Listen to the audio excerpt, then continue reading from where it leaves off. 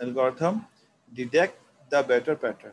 As the user feed more training data, अगर user मज़ीद training data add कर देता है इनटू द मॉडल में, it will be unable to overfit. तो शायद हो सकता है कि वो ओवरफिट से बच जाए all the sample and will be force to generalize और टू ऑब्टेन. और हो सकता है ये सारे हो सकता भी बात हो रही है, हो सकता है कि वो जनरलाइज हो जाए अनसीन डेटा के ऊपर. ठीक है. User should continually collect more data as a way of increasing the accuracy of the model. असल में मसला पता है क्या है, ये जो मोर डेटा की बात हो रही है ना, डेटा आएगा कहाँ से? आपके पास मिसाल के तौर पे मैं कहता हूँ कि हम डायबिटीज़ के डेटा पे फंस गए हैं, तो हम और डेटा लाएंगे कहाँ से? या आपको यूज़र ने, क्लाइंट ने कोई डेटा दिया तो आप लाएंगे. वो कह रहा है however this method is considered expensive. देखिए यहाँ लिखा हुआ है, and therefore user should ensure that the data being used is relevant and clean. जो डेटा आप ला रहे हैं एक्सपेंसिव तो है क्योंकि आप दोबारा से डेटा कलेक्ट करें, और ये भी इंश्योर करें कि जो डेटा कलेक्ट हो रहा है वो रेलिवेंट हो, क्लीन भी हो, नॉइजी ना हो. Of course, that is not always the case. If we just add more noisy data, this technique will not help. अगर हम noisy data उठा के ले आएंगे तो वो help नहीं करेगा. ठीक है. That is why you should always ensure your data is clean and relevant. जो डेटा आप ला रहे हैं वो क्लीन भी हो, रेलिवेंट भी हो, ताकि आपका मॉडल जो अच्छा तरीके से बन सके. इससे इम्प्रूव वर्जन में कहता है कि डेटा ऑगमेंटेशन का वर्ड इस्तेमाल कर रहा है. डेटा ऑगमेंटेशन में क्या होता है कि आप किसी सॉफ्टवेयर से डेटा जनरेट कराने, डेटा उसको दें जो एक्चुअल एग्जिस्ट करता है और बोलें कि इसका सिमिलर डेटा मुझे जनरेट करके दे दो. This is called augmentation. Data collect करने से बेहतर है डेटा ऑगमेंट करा के जाए. तो an alternative to train the more data is data augmentation, which is less expensive compare to the former. जो पीछे आपने पढ़ा उससे लेस एक्सपेंसिव है.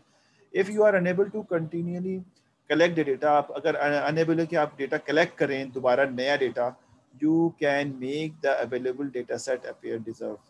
ठीक है. Data augmentation makes a data sample look slightly different very time it's processed by the model. Okay, by the process make each data set appear unique to the model and prevent the model from the learning and characteristic of the data set. ये जो बातें इसने लिखी है ना सारी, ये तो थ्योरेटिकल बातें हैं, लेकिन आप ओवरऑल इसको समझने की कोशिश करें कि ऑगमेंटेशन का मतलब ये है कि आप अपने डेटा के पैटर्न को किसी सॉफ्टवेयर के थ्रू मजीद इसी तरह का डेटा जनरेट करवाते हैं.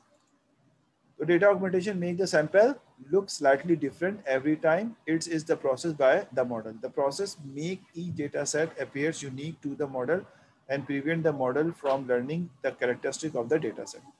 तो वो बेसिकली प्रिवेंट करता है. अगर इस तरह का डेटा हम लेके आ रहे हैं तो वो डेफिनेटली वो ऑगमेंटेड है, एक्चुअल तो है नहीं, रियल तो है नहीं.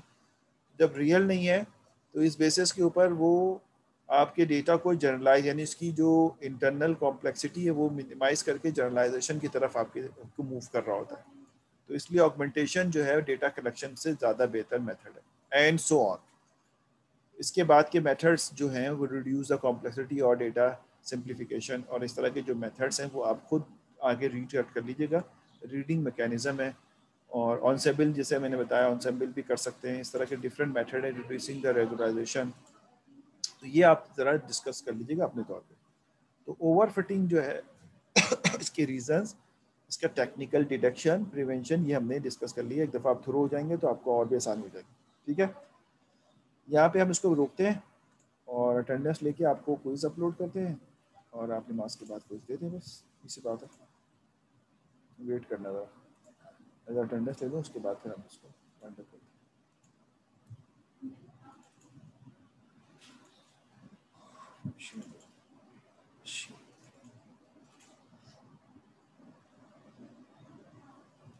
इससे मुझे एक तसल्ली ये हो जाएगी कि आपने